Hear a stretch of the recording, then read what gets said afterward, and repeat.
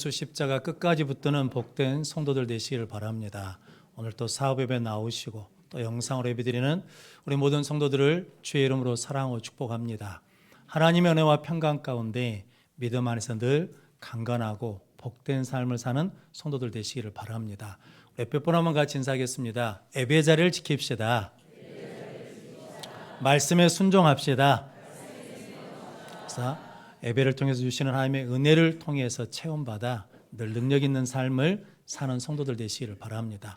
오늘은 마태복음 12장 14절로 21절 말씀, 세상의 소망 예수 그리스도라는 말씀으로 함께 은혜를 나누겠습니다. 먼저 주여 말씀하옵소서 같이 하겠습니다. 주여 말씀하옵소서 주의 종이 듣겠나이다. 아멘. 주의 음성이 들리는 복된 시간이 되시기를 바랍니다. 이순신 장군께서 임진왜란 때 노량해전 전투에서 일본군이 쏜 적 탄환에 맞아서 돌아가시게 되었습니다. 그런데 그렇게 말씀하셨다고 그러지 않습니까? 내 죽음을 적에게 알리지 말라 하셨다는 거죠. 그 이유는 뭐 때문이냐면 병사들의 사기가 떨어지지 않도록 전쟁에서 승리하기 위해서거든요. 그런데 오늘 예수님도 본문 말씀에서 똑같이 자기를 따르는 사람들의 병을 다 고쳐주셨거든요. 그러면서 16절 말씀에 자기를 드러내지 말라고 경고하셨습니다. 사람들이 예수님을 자랑하고 예수님을 더 많이 믿으면 힘과 능력이 생겨서 바리새인들이 죽이려고 모의한 것을 이길 수 있을 것 같은데 예수님은 엄중하게 나를 드러내지 마라, 나를 나타내지 말라라고 말씀하십니다. 그 이유는 똑같습니다. 우리의 믿음이 떨어지지 않고 하나님의 뜻이 이루어져서 승리하기를 원하시거든요. 그래서 오늘 본문 말씀을 통해서 예수님이 이루고자 하신 하나님의 뜻이 무엇인지, 또한 예수님께서 그 뜻을 어떻게 이루셨는지 함께 은혜를 나누므로 우리 모든 성도들도 예수님께서 주신 그 은혜를 가지고 하나님의 뜻을 이루면서 승리의 삶을 살아가는 복된 성도들 되시기를 바랍니다. 세상의 소망 예수 그리스도. 첫 번째는 예수님은 죄와 사망을 멸하시는 심판주이십니다. 오늘 17절, 18절 말씀 같이 읽겠습니다. 이는 선지자 이사야를 통하여 말씀하신 바, 보라 내가 택한 종 곧 내 마음에 기뻐하는 바 내가 사랑하는 자로다. 내가 내 영을 그에게 줄 터이니 그가 심판을 이방에 알게 하리라. 아멘. 마태는 예수님께서 이 땅에 오신 이유, 예수님께서 이 땅에서 이루고자 하신 것이 무엇인지를 약 800년 전에 선지자 이사야를 통해서 하신 말씀을 통해서 우리에게 가르쳐 주십니다. 그러면서 보라 내가 택한 종, 이 종은 주인의 집에서 주인이 맡긴 일을 다 맡아서 하는 거거든요. 그런데 오늘 본문 말씀의 종은 아들의 일을 더 강조하는 말이라고 합니다. 그래서 하나님께서 그 마음에 기뻐하는 자, 그가 사랑하시는 자, 즉 누구시냐면 독생자 예수 그리스도를 이 땅에 보내주셨습니다. 그리고 예수님께 성령을 주셨거든요. 그런데 그 이유는 뭐 때문이냐면 오늘 18절 말씀에 보니까 이방에 그가 심판을 알게 하기 위해서 그 예수님을 보내셨다라고 말씀합니다. 이사야서 42장 본문에서는 이방에 정의를 베풀리라라고 말씀하거든요. 정의는 하나님의 공의, 하나님의 뜻입니다. 하나님의 뜻은 모든 사람이 구원받기를 원하십니다. 어디서 구원받기를 원하시냐면 일시적인 문제가 아니라 근원적인 문제에서 해방되고 구원받기를 원하시거든요. 그래서 마태복음 1장 21절 말씀 같이 읽겠습니다. 아들을 낳으리니 이름을 예수라 하라.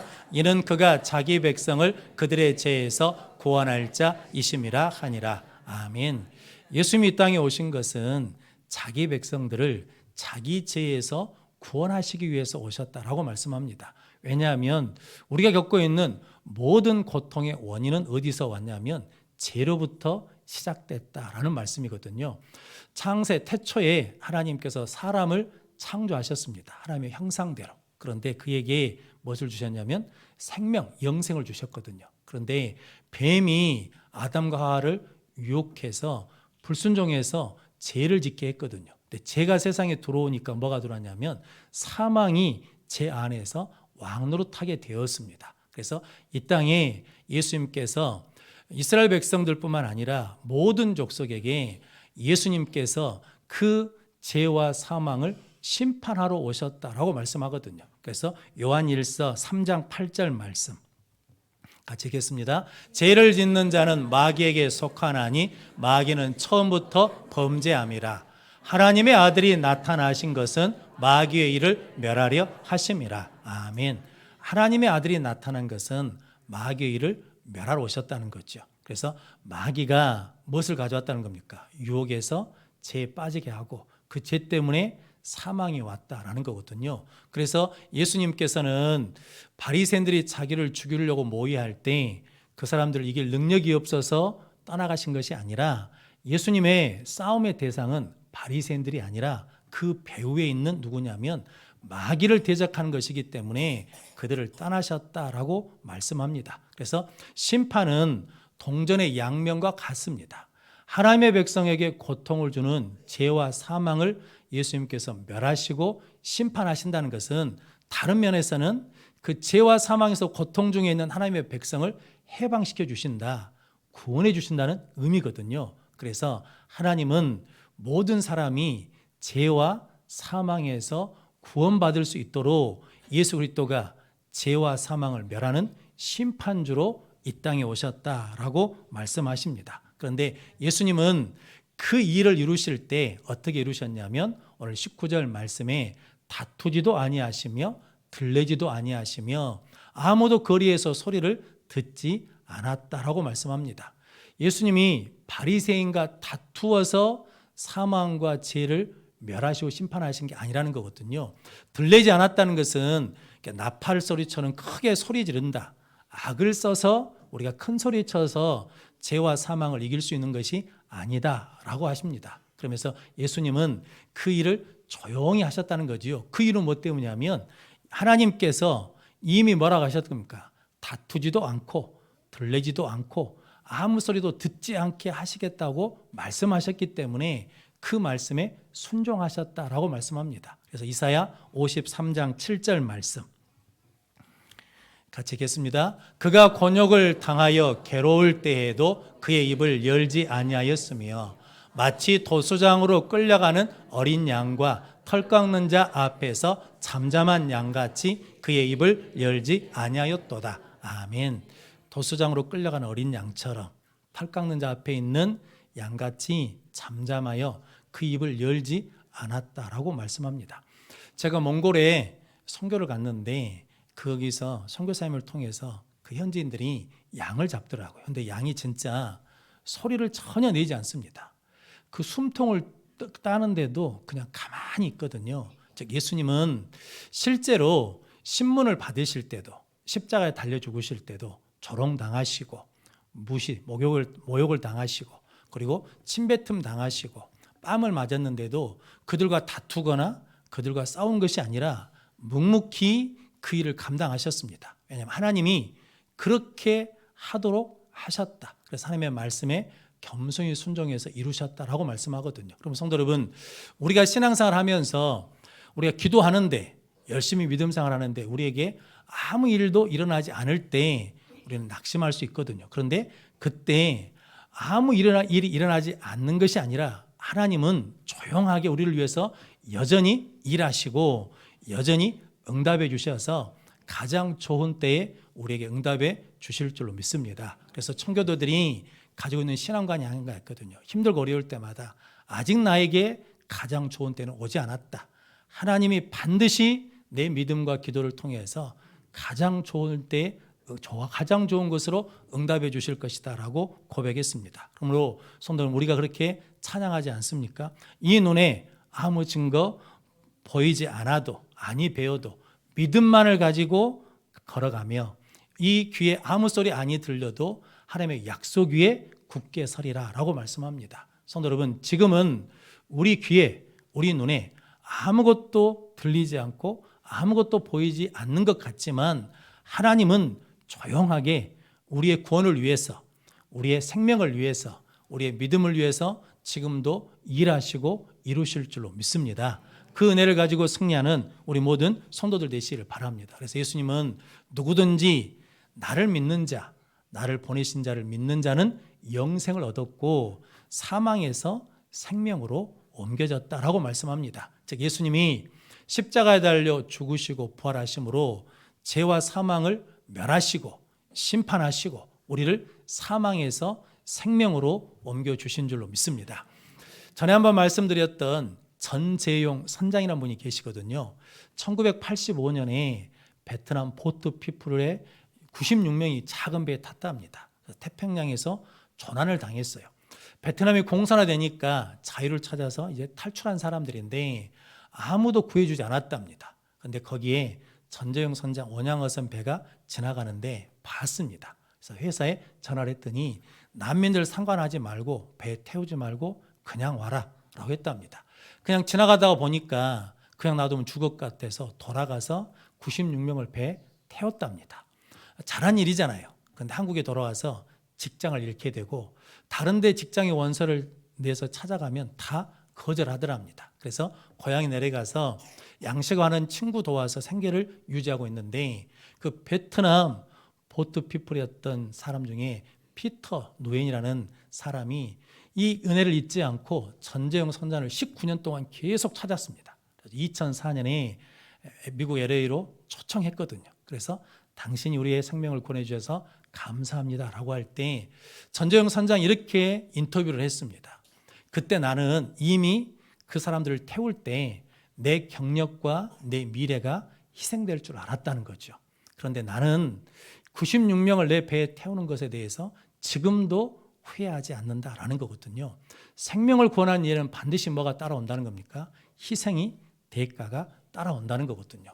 예수님은 우리를 죽기까지 사랑하셨습니다. 그래서 십자가에서 우리의 생명을 구원하시기 위해서 죽어주셨거든요.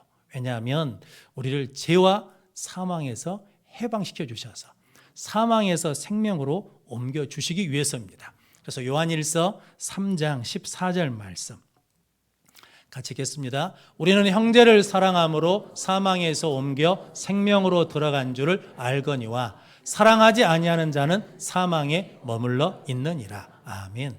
형제를 사랑하면 사망에서 생명으로 옮겨졌다는 거죠. 그런데 사랑하지 않으면 여전히 사망 가운데 머물러 있다라고 말씀합니다. 생명은 따뜻하잖아요.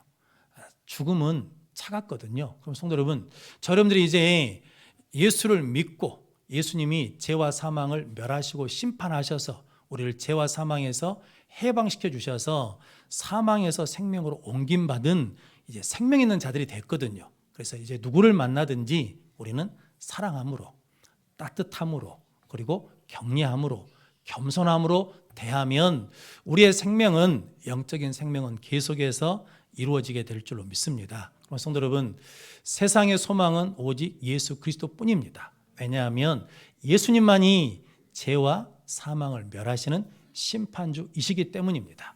예수님만이 우리를 사망에서 생명으로 옮기시는 구원자이시기 때문입니다. 여러분들이 그 예수님이 그 일을 위해서 나에게 오셨다는 것을 깨닫고 우리 인생에 살아가면서 이런저런 문제가 해결되지 않는다라고 우리의 믿음이 약해지거나 믿음의 자리를 떠나는 것이 아니라 나는 그보다 더 큰 복, 나는 죄와 사망에서 해방되어 생명으로 옮겨진 자는 믿음을 가지고 살아가는 우리 모든 성도들 되시기를 바랍니다.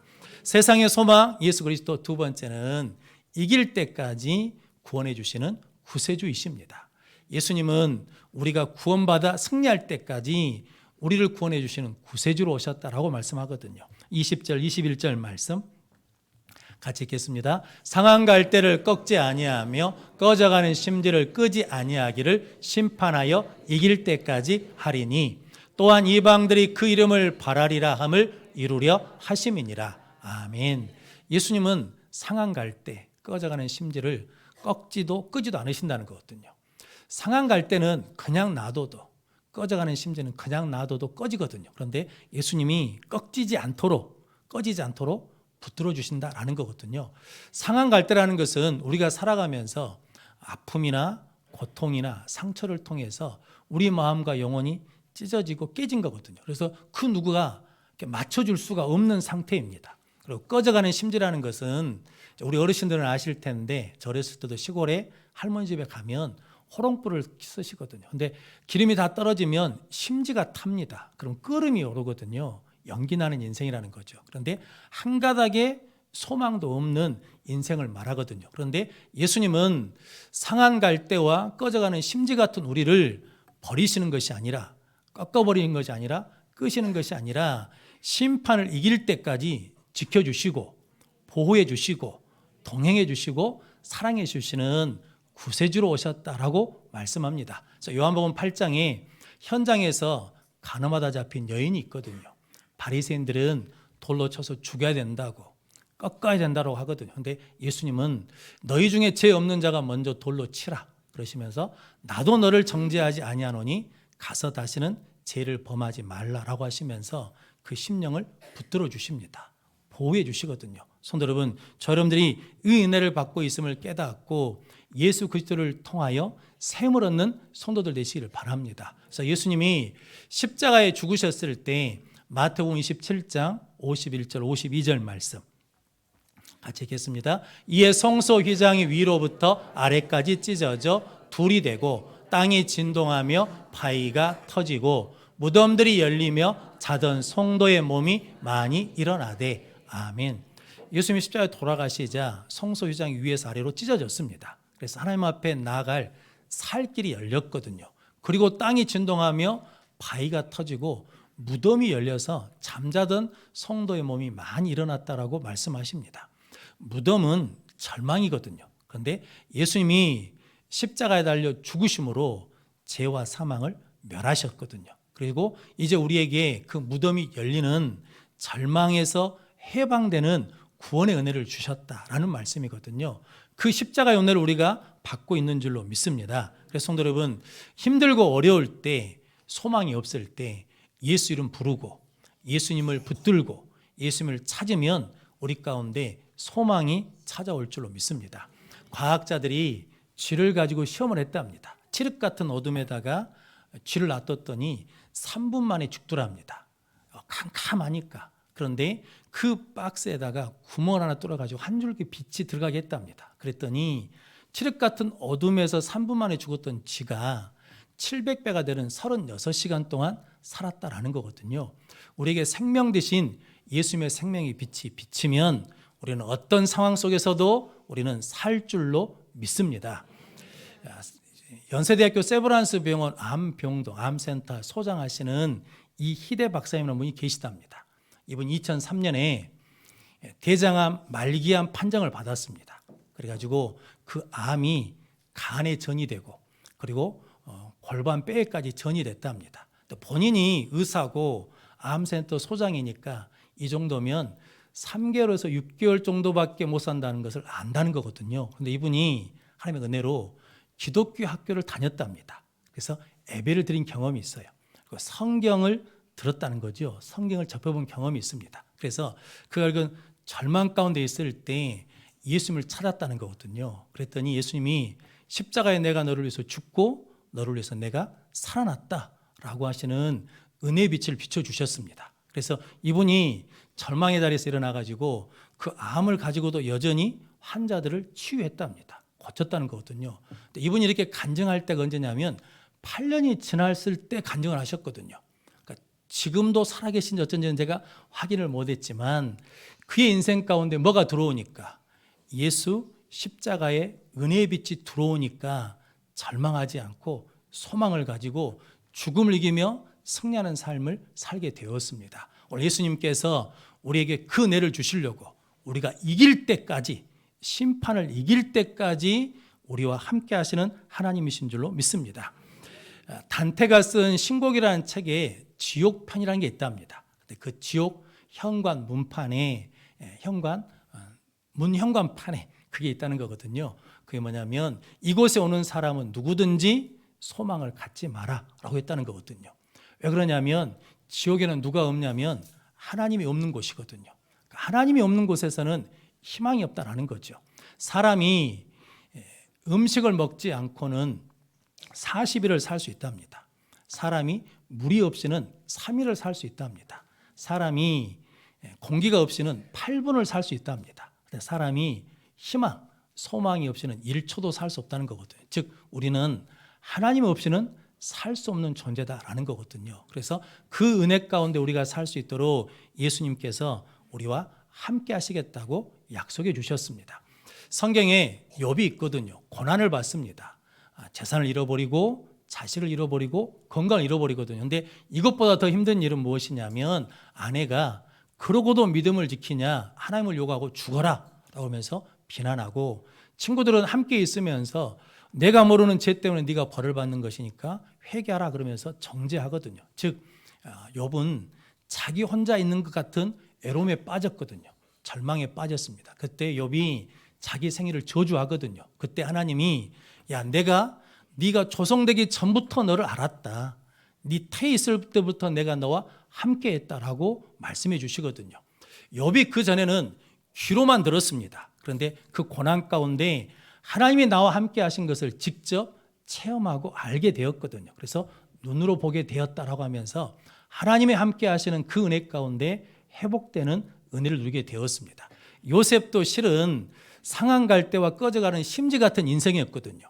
종으로 팔려가고 감옥에 있어서 거기서 나올 1%의 가능성도 없는데 요셉이 절망하지 않습니다. 성경 뭐라고 말씀하시냐면 하나님이 그와 함께 하신다라고 말씀합니다. 그래서 이사야서 41장 10절 말씀 같이 읽겠습니다. 두려워하지 말라, 내가 너와 함께함이라. 놀라지 말라, 나는 내 하나님이 됨이라. 내가 너를 굳세게 하리라. 참으로 너를 도와주리라. 참으로 나의 의로운 오른손으로 너를 붙들리라. 아멘. 두려워하지 말라는 거죠. 왜냐하면 하나님이 함께 해주시고 하나님이 굳세게 해주시고 하나님이 도와주시고 하나님이 붙들어 주신다. 그러니까 너 힘들고 어렵다고 낙심하지 말고 절망하지 말라는 거죠. 왜냐하면 네가 거기서 이겨낼 때까지, 심판을 이길 때까지 내가 너와 함께 하시겠다고 약속해 주십니다. 그래서 마태복음에서는 1장에 이렇게 시작합니다. 보라, 처녀가 잉태하여 아들을 낳을 것이요 그 이름을 임마누엘이라 하라 하고 말씀하십니다. 임마누엘의 뜻이 뭐냐면 하나님이 우리와 함께 하시다라는 뜻이거든요.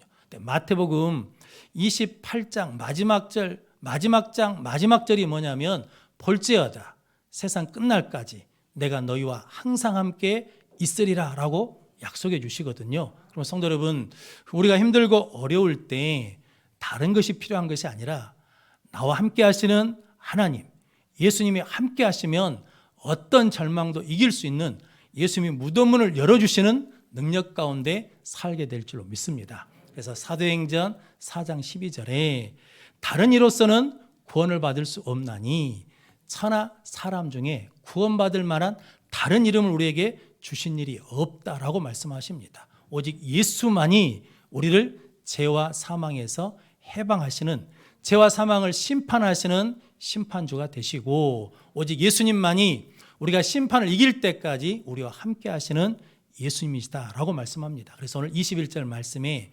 이방인들이 그의 이름을 바라리라라고 말씀하거든요. 모든 민족과 모든 족속이 예수 이름에 모든 소망을 걸고 예수 이름을 사모하게 될 것이다. 그것을 이루기 위해서 예수님이 이 땅에 죄와 사망을 심판하는 심판주로 오시고 예수님이 우리가 심판을 이길 때까지 우리를 구원해 주시기 위해서 구세주로 오셨다라고 말씀합니다. 이제 우리는 그 생명이 우리 가운데 있는 줄로 믿습니다. 이 생명을 가지고 어두운 세상에 나가서 빛을 비추시고 차가운 세상에 가서 생명의 따뜻함을 전하는 작은 예수로 살아가는 성도들 되시기를 바랍니다. 그 은혜를 누리라고 오늘 종료주일에 예수님이 나에게, 우리에게 찾아오신 줄로 믿습니다. 그 예수님을 영접하여 승리하는 우리 모든 성도들이 되시기를 주님의 이름으로 축원합니다. 기도하겠습니다. 거룩하신 아버지 하나님 감사합니다. 오늘도 하나님께서 은혜를 주시고 하나님 앞에 나와 예배함으로 하나님이 나를 사망에서 생명으로 옮겨주시고 세상 끝날까지 나와 함께 하시겠다고 약속해 주시니 감사합니다. 그 예수님 붙들고 예수님 부르며 예수님과 동행하며 승리하는 우리 모든 성도들 되게 하여 주옵소서. 예수님의 이름으로 기도하옵나이다. 아멘.